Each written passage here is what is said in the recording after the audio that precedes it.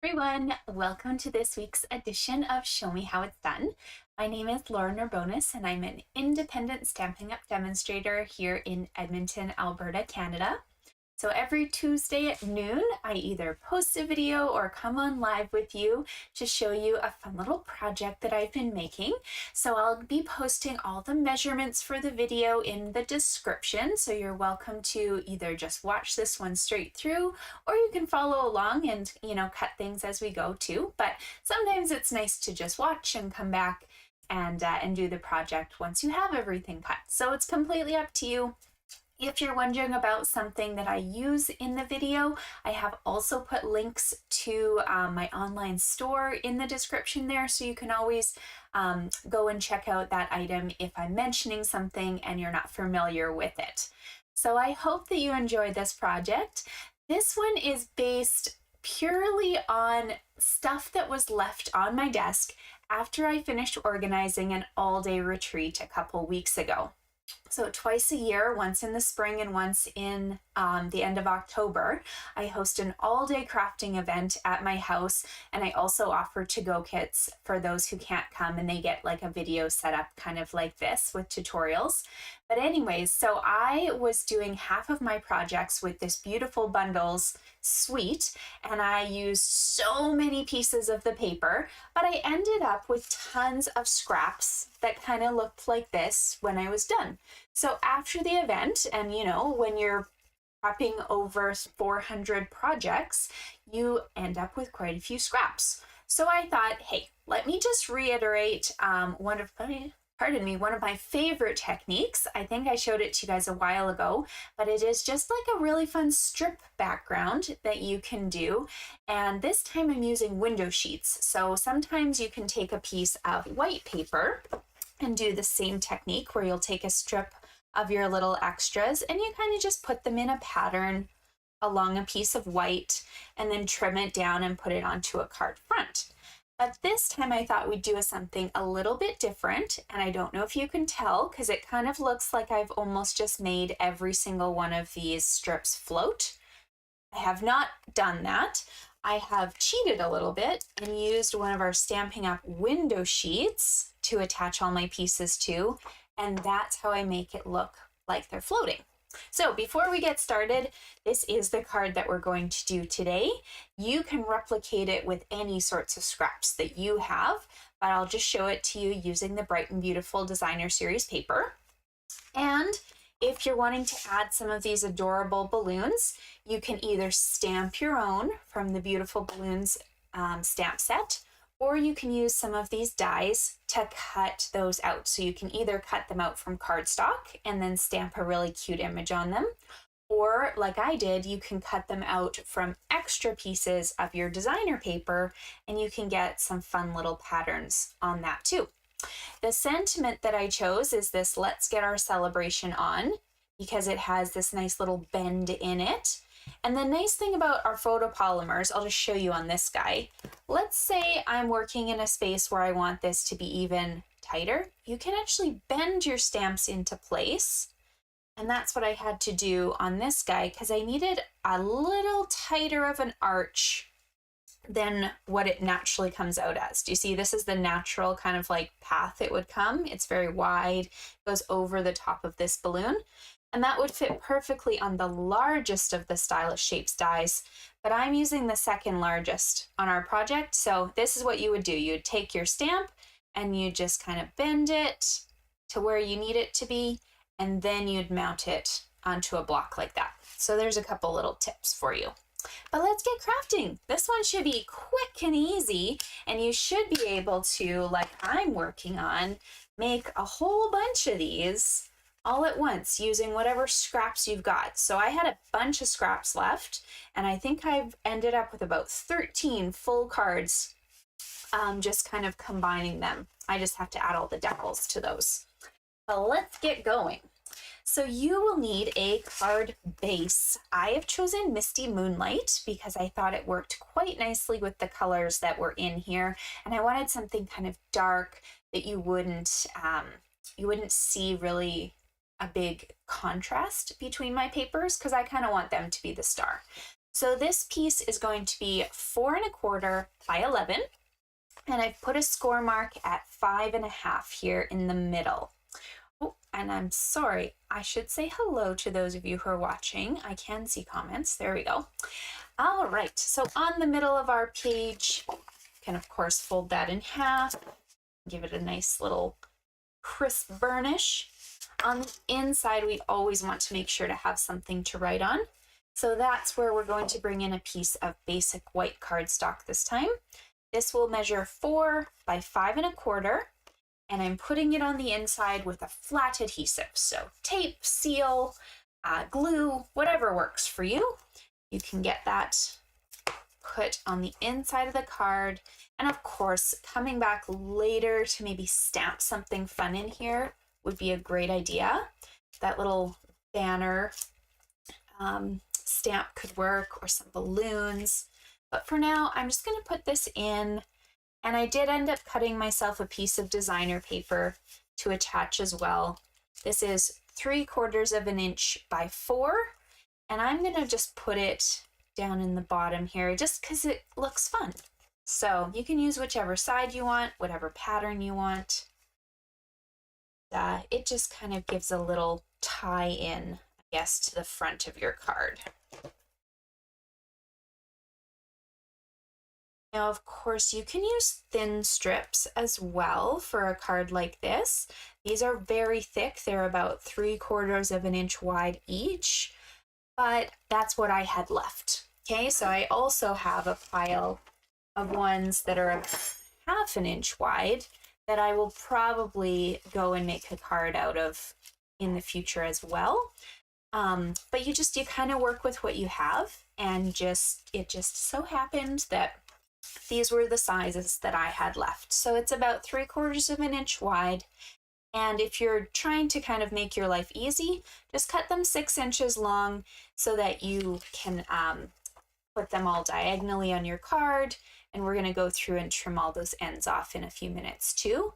If you have some that are smaller, like this guy, this was a scrap that's probably only about 5 inches. You'll just make sure to use it on one of the upper portions instead. So you can use any size of scraps. I'm just suggesting you cut yourself about 5 to 6, because that's kind of what you can fit on the card. But of course, you could always use multiple pieces and sizes too. So grab your pieces, and then on the back of them, I'm just going to get them all ready for me to go. So I'm going to put tape on the back of all of my sheets. And I should say your window sheet, you can't really see this that well, I know, this guy. This is cut at 4 inches by 5¼ Okay, so let's get our little pieces ready. I would suggest using either tape or seal for this technique. If you use glue, it's kind of like when you put glue on top of any sort of plastic, it just smears. And it's okay if you're using only very teeny tiny droplets of it, but anything more will start kind of smearing all over your project and might make quite a big mess for you. So I do suggest, if you've got some tape or some seal, that might be your better bet.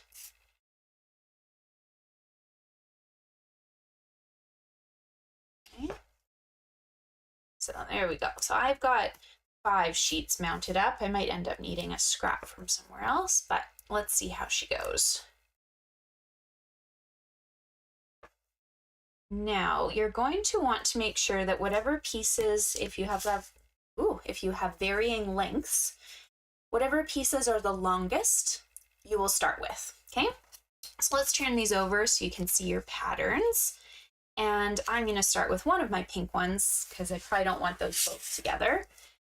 And I'm going to take off my backing and then just put them in a diagonal array, kind of somewhere along my card. You can work from top down or bottom up, doesn't matter, but just make sure that this is going off both sides. You've got a little extra off there.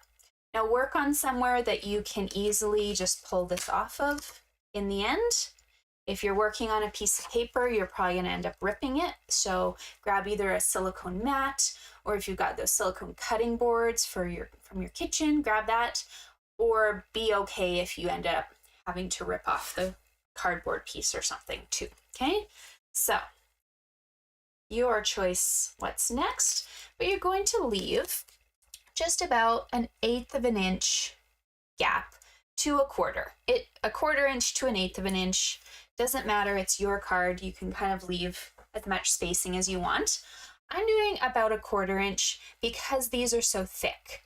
If I was using these little strips, I probably would tighten them so there was only about 1/8 showing, because these are so tiny. So that's just my suggestion for you, but of course feel free to do them in whatever order you'd like. Okay. And again, just working up your card.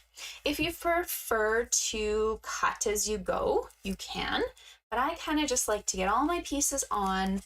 This one's a little big, so I'm just going to kind of cut it at an angle. Maybe I can use that second half on the bottom.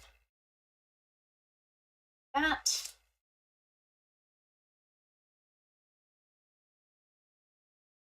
This one down here.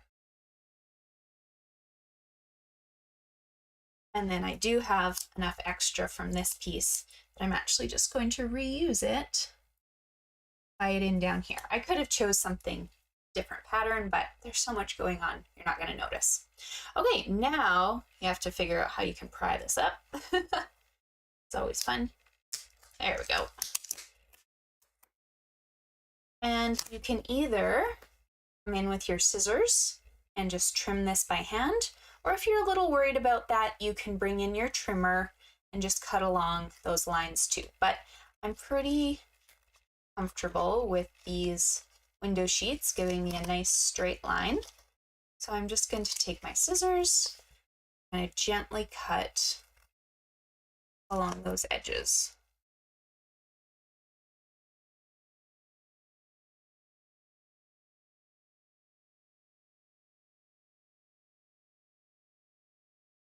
Sure to get all 4 sides, because it would be sad if we missed one.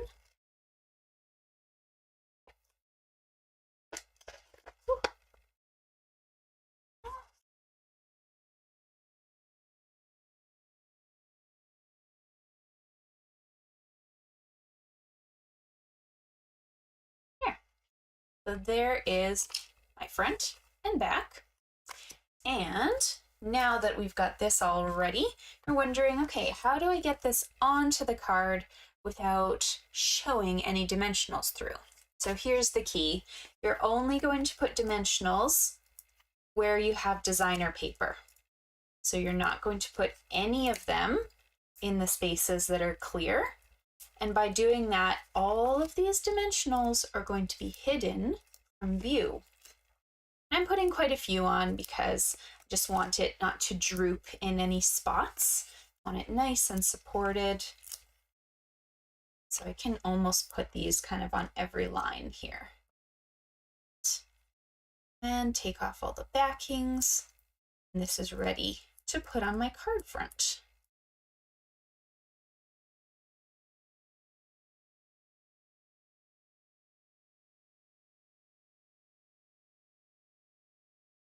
I always find we all have so many designer papers kind of stored away that we never know what to do with. So I encourage you, if you watch this video, maybe just grab one of those packages and chop them up.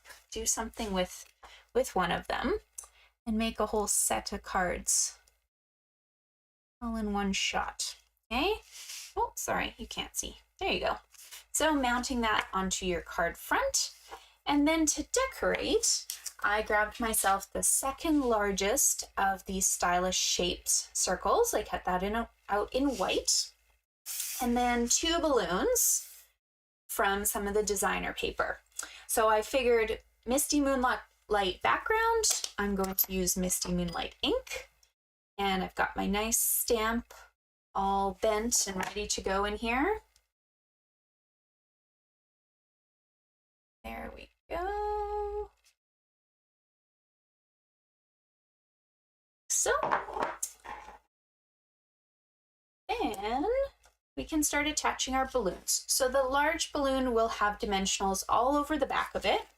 So you can do that, but maybe don't take the backings off quite yet, because we want to figure out exactly where our balloons should sit so they both fit on here. Okay, so you can fit that guy, and then maybe just one little dimensional on the back of this one. Okay, so once you're happy with where they are going, then you can come in and take the backs off.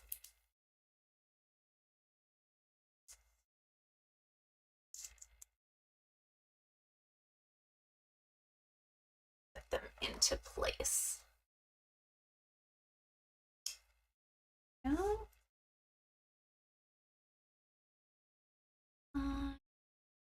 And then if you want to add these little strings, this one I added with the marker, but I don't know how much I'm in love with it. So I think I'm gonna risk bringing out my tiny little string stamp, the block for it.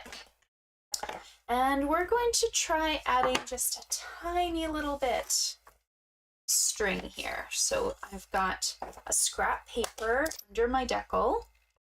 Then I'm going to ink up with Misty Moonlight and just kind of tuck a string right on the edge there. Oh yeah, that's nice and skinny.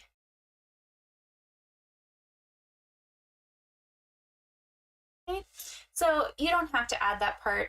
You can add it with a pen if you'd like, but I think I like how skinny that one is instead. Oh, and I put a dot on there. Well, you know what happens when I put a dot on something? You just cover it up with an embellishment. Oh, darn. I was going to use some of those anyways. Okay, let's pop this up on dimensionals, and then I will finish embellishing. I'm using the tinsel, what are they called? Tinsel Gems 3-pack. And this one here is just so cute. It's got, look at the shine to it. It's got Misty Moonlight, Fresh Freesia, and then I'm guessing, what would you be, like Coastal Cabana maybe? It's kind of an in-between. So your little decal here can go really anywhere you'd like. Kind of just put mine in the bottom right-hand side. And you can see on this one, I put my little gem over in the corner of the balloon, but I had made a little smudge on this guy, so that's fine. I'm just gonna leave the gem there and add a couple other ones to the card as well. There. Like that. And there you go. So there are the two that I have finished. And then, like I said, I'm just going to go in and decorate the rest of these. They all look different because I kind of put on the paper in different orders. I had different papers left, but it was just a great way for me to use up scraps and to even make balloons out of what I had left too. So lots of fun still to be had, and hopefully you guys enjoyed the video. Let me know if there's anything you'd love to see coming up. And if you like this channel, I'd really love if you could just click that like button on the video and subscribe to the channel as well.